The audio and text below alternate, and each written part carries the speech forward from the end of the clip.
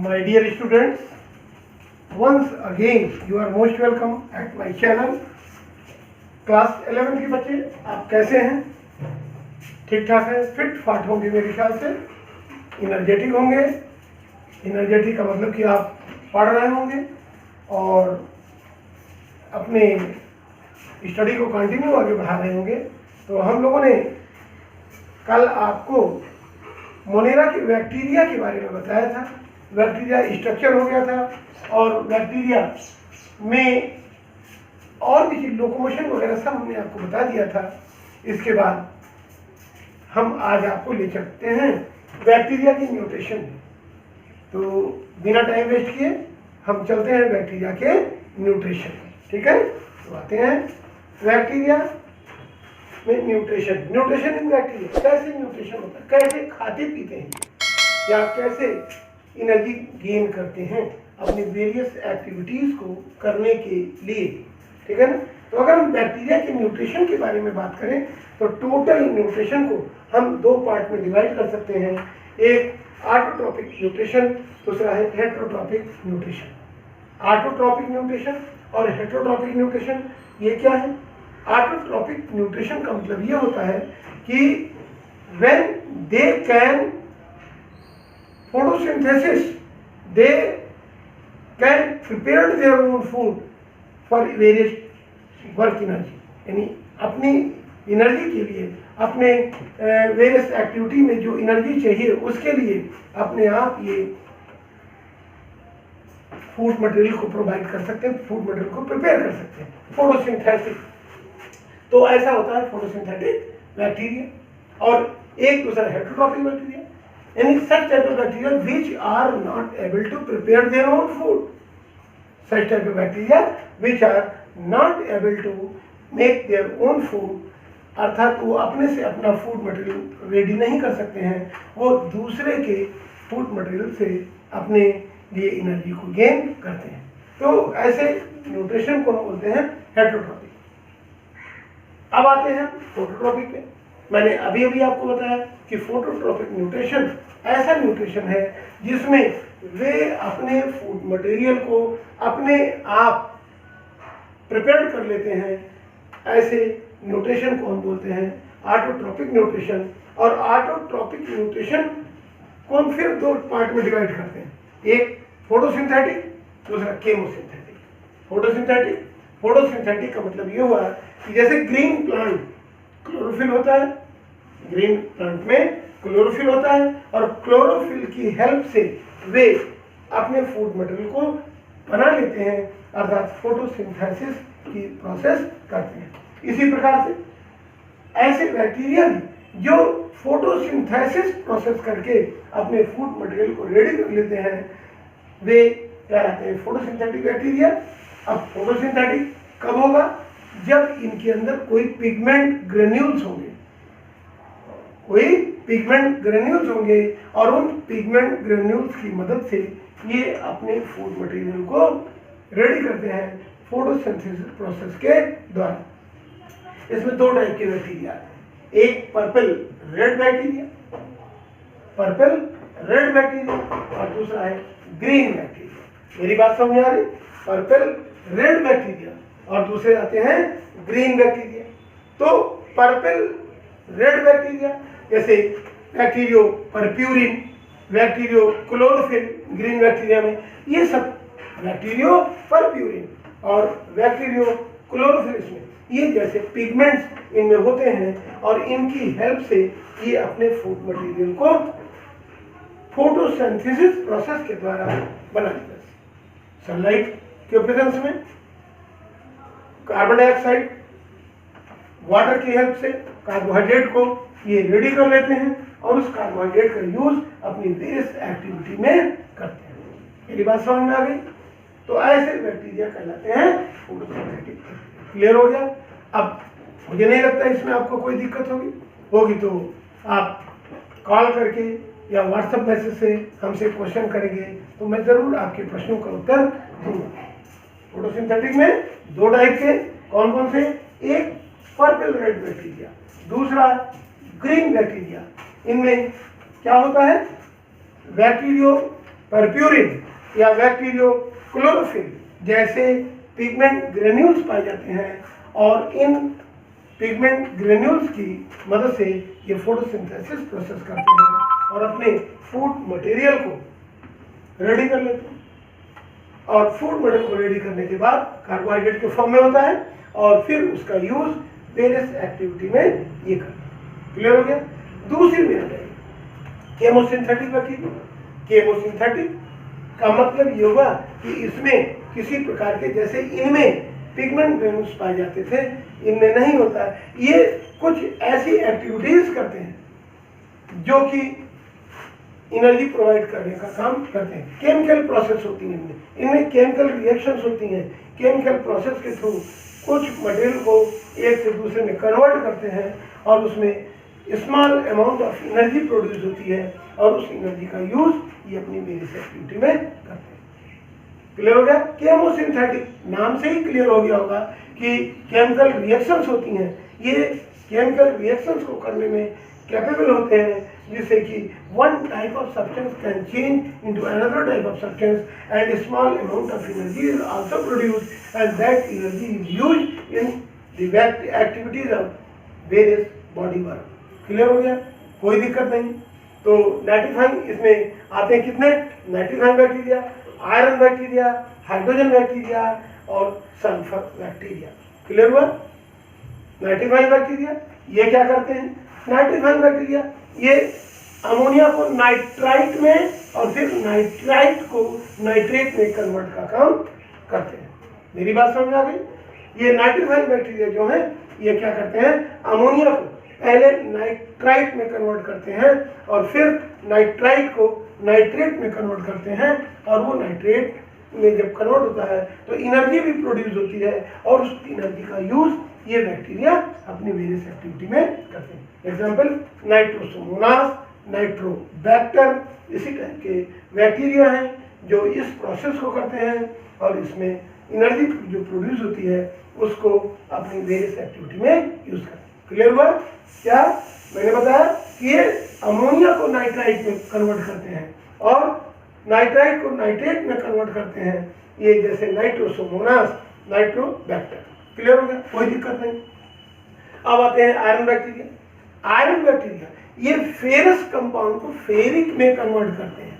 इसमें ferrous compound को ferric में कन्वर्ट करते हैं और फेरस कंपाउंड को जब फेरिक में कन्वर्ट करते हैं तो उस दौरान भी एनर्जी प्रोड्यूस होती है। इस एनर्जी का यूज ये वेरियस एक्टिविटी में करते हैं। एग्जाम्पल के रूप में लेप्टोफ्रिक्स आर्की, ये हमने जो रेड कलर से आपको शो कर रखा है ये बैक्टीरिया नहीं। क्लियर हो गया? तो ये आयरन बैक्टीरिया है लेप्टोफ्रिक्स आर्की। क्लियर हो गया? उसके बाद आ जाए hydrogen bacteria. Hydrogen bacteria also called as methanogen. Clear? Hydrogen bacteria also called as methanogen. Methanogen bacteria ये टाइप के होते हैं। ये क्या काम करते हैं? ये मिट्टी की, सॉइल की हाइड्रोजन को मेथेन में और वाटर में कन्वर्ट करने का काम करते हैं और इस प्रोसेस में भी एनर्जी प्रोड्यूस होती है। इस एनर्जी को भी ये अपनी वेरियस एक्टिविटी में यूज करते हैं। तो ये हो गए हमारे हाइड्रोजन बैक्टीरिया। क्लियर हो गया? कोई दिक्कत नहीं। इसके बाद सल्फर बैक्टीरिया। सल्फर बैक्टीरिया ये क्या करते हैं? ये हाइड्रोजन सल्फाइड को, hydrogen sulphide means H2S, hydrogen sulphide को सल्फर और वाटर में कन्वर्ट करने का काम करते हैं। इस प्रोसेस में भी एनर्जी रिलीज होती है और इस एनर्जी का यूज ये अपनी वेरियस एक्टिविटी में करते हैं। Example Thiobacillus. कोई दिक्कत नहीं। ये हो गया थायोबैसिलस। कुल मिलाकर ये हमने बात कर ली ऑटोट्रोपिक बैक्टीरिया की, जिसके अंतर्गत कितने आए। क्लियर? इसके बाद अब हमारे हेटरोट्रोपिक बैक्टीरिया में क्या है? Heterotrophic nutrition. हेटरोट्रोपिक न्यूट्रिशन में ऐसा न्यूट्रिशन आता है जिसमें ये अपने फूड मटेरियल को अपने आप नहीं बना पाते हैं, बल्कि दूसरे के बने बनाए फूड मटेरियल पे डिपेंड करते हैं। और इसमें कुल 3 प्रकार के बैक्टीरिया आते हैं, जैसा पैरासाइटिक बैक्टीरिया जो कि दूसरों के शरीर में रहकर उनसे अपने फूड मटेरियल को लेते हैं, दूसरा सेप्रोफाइटिक बैक्टीरिया, ये डिकेइंग और डेड मटेरियल से अपना फूड मटेरियल लेते हैं। तीसरा सिम्बायोटिक बैक्टीरिया, ये ऐसे बैक्टीरिया हैं जो दूसरों के साथ रहकर बिना उनको नुकसान पहुंचाए अपना भी लाभ करते हैं और दूसरे का भी लाभ करते हैं। ऐसे बैक्टीरिया को सिम्बायोटिक बैक्टीरिया के नाम से जानते हैं। क्लियर हुआ? पैरासाइटिक बैक्टीरिया, ये दूसरे लिविंग बॉडी के अंदर रहते हैं और उनसे फूड मटेरियल लेते हैं और उन्हें रोग पहुंचाने का काम करते हैं, रोग फैलाते हैं। जैसे सल्मोनेला टाइफी, ये टाइफाइड फैलाने वाला बैक्टीरिया है, टाइफाइड का कॉज है। ये टाइफाइड रोग फैलाता है, रोग देता है, फैलाता नहीं बल्कि इसी कारण रोग होता है। फैलने का काम तो किसी दूसरे मीडियम से होता है, लेकिन ये क्या है? टाइफाइड का कारण है। क्लियर हुआ? साल्मोनेला टाइफी पैरासाइटिक बैक्टीरिया दूसरे के शरीर में रहकर अपना लाइफ कंप्लीट करता है, एनर्जी देता है। दूसरी सेप्रोफाइटिक बैक्टीरिया, सेप्रोफाइटिक जो दूसरे डिकेइंग मटेरियल से या फिर डेड बॉडी से अपने फूड मटेरियल को लेता है। इसके अंतर्गत जैसे विब्रियो कॉलेरी, ये कालरा रोग है, क्या जानते हो? ऐसा कालरा उस रोग को देने का काम करता है। ठीक है ना? तो विब्रियो कॉलेरी एक ऐसा बैक्टीरिया है जो सड़े गले पदार्थों में पाया जाता है या सड़ती हुई सब्जी में, रोटी में पाया जाता है। और इस तरह की खराब चीज़ों को हम जब खाते हैं तो हमें फिर हैजा कालरा, क्या वोमिटिंग, डिसेंट्री दोनों शुरू हो जाते हैं, उसे हम बोलते हैं कालरा। क्लियर हुआ? कोई दिक्कत नहीं। सिम्बायोटिक बैक्टीरिया, सिम्बायोटिक बैक्टीरिया ऐसे बैक्टीरिया जो दूसरे लिविंग प्लांट या एनिमल की बॉडी में रहकर उसको भी लाभ पहुंचाते हैं, खुद भी लाभ लेते हैं और दोनों को आपस में सिम्बायोसिस लाइफ कंप्लीट करते हैं। एग्जाम्पल के रूप में राइजोबियम लेग्यूमिनोसेरम, राइजोबियम लेग्यूमिनोसेरम, ये कहाँ होते हैं? ये जितने भी दलहनी फसलें होती हैं, दाल वाली फसलें होती हैं, जैसे मटर, अरहर, मूंग, उड़द, मूंगफली, ये सब चीज़ें क्या हैं? दलहनी फसलें। इनमें, इनकी रूट्स में ये बैक्टीरिया पाए जाते हैं और क्या करते हैं? एटमॉस्फेरिक नाइट्रोजन को नाइट्रेट में कन्वर्ट करते हैं। क्या करते हैं?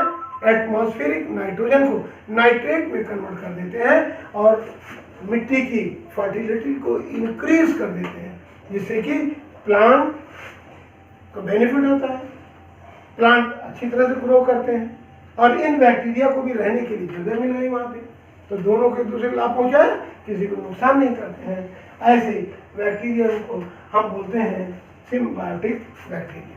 क्लियर हुआ? कोई दिक्कत नहीं। तो ये चीज़ें आप समझ लिए होंगे अच्छे से, कोई दिक्कत नहीं। एक बार समरी पे आते हैं, खत्म करते हैं। Nutrition in bacteria, we can divide all the bacteria into two parts, autotrophic bacteria and heterotrophic bacteria. Autotrophic bacteria are those bacteria which are capable to make their own food by the help of photosynthesis. Clear? These bacteria can divide again into two groups: photosynthetic bacteria, chemosynthetic bacteria. Photosynthetic bacteria में, in photosynthetic bacteria there are chlorophyll-like substances, chlorophyll-like pigments are present, and with the help of these pigments they are capable to make their own food, and these bacteria are called as photosynthetic bacteria. These bacteria may be two types: purple red bacteria and green bacteria. In purple red bacteria, bacteriopurpurin pigments are present, and in green bacteria, bacteriochlorophyll pigments are present, and with the help of bacteriopurpurin and bacteriochlorophyll, these are able to synthesize their own food. Due to this reason, these are called as photosynthetic bacteria. No problem. Now we will come on the topic chemosynthetic bacteria. In chemosynthetic bacteria, those bacteria are belong which are capable to chemical reaction, and through chemical reaction they got a small amount of energy, and due to this reason they are called as chemosynthetic bacteria. In these bacteria we can divide these into nitrifying bacteria, iron bacteria, hydrogen bacteria and sulfur bacteria. Nitrifying bacteria are those bacteria which are capable to convert ammonia into nitrite, such as Nitrosomonas, and again nitrite convert into nitrate form, such as Nitrobacter. These bacteria are such are called as nitrifying bacteria. Clear? Next number, iron bacteria. These bacteria are those bacteria which are capable to convert ferrous into ferric compound and got a small amount of energy which is used for their various activities. Number third, hydrogen bacteria. These bacteria are also called as methanogen, and these bacteria convert soil hydrogen into methane and water, such as Bacillus pentotropus bacteria. Sulfur bacteria. These bacteria convert hydrogen sulfide into water and sulfur, such as Thiobacillus. Clear? And now we will come on the topic, heterotrophic bacteria. Heterotrophic bacteria are those bacteria which are depend on the other living plants or animals for their food, and these can be divided into three parts: parasitic bacteria, saprophytic bacteria and symbiotic bacteria. In parasitic bacteria, they live in other living animals or plants and provide them various type of disease, and they are caused by various type of disease such as Salmonella typhi. Salmonella typhi cause typhoid disease. Next number, saprophytic bacteria. These are depend on the decaying or dead material such as Vibrio cholerae, and Vibrio cholerae cause cholera disease. And now the last topic, which is the symbiotic bacteria. In these bacteria, those are belong which live in other body of plant or animals as symbionts, such as Rhizobium leguminosarum. These are present in body plants such as groundnut, arahar, moong and pea, and there are so many type of other plants. In these plants' root, these bacteria live and they convert atmospheric nitrogen into nitrate, and with the nitrogen and nitrate form, when nitrogen convert into nitrate form, then soil fertility increase and it help into plant growth. Clear हो गया? मैं समझता हूँ अब तो पूरा clear होगा, इसमें कोई दिक्कत नहीं। तो इसका नोट्स आप बनाएंगे और आवश्यकता पड़ेगी किसी चीज़ के लिए तो आप हमें कॉल करेंगे, व्हाट्सएप पे मैसेज करेंगे। ये जो भी है आपको आज का लेक्चर देखा आपने, समझिए, बार बार देखिए, समझिए, पॉज करके चार्ट बना सकते हैं और इसके बाद अपने नोट्स को बनाएं। फिर मैं भी आपको नोट्स प्रोवाइड करूंगा, लेकिन आप भी एक बार बनाएं, तभी आप ज़्यादा अच्छा इसको समझ सकते हैं। तो आज के लिए इतना ही। वीडियो को लाइक, शेयर, सब्सक्राइब जरूर करेंगे। बेल आइकन दबाने के बाद आपको अपलोड होने वाला वीडियो सबसे पहले पहुंचेगा। क्लियर? तो आज के लिए इतना ही। Thank you.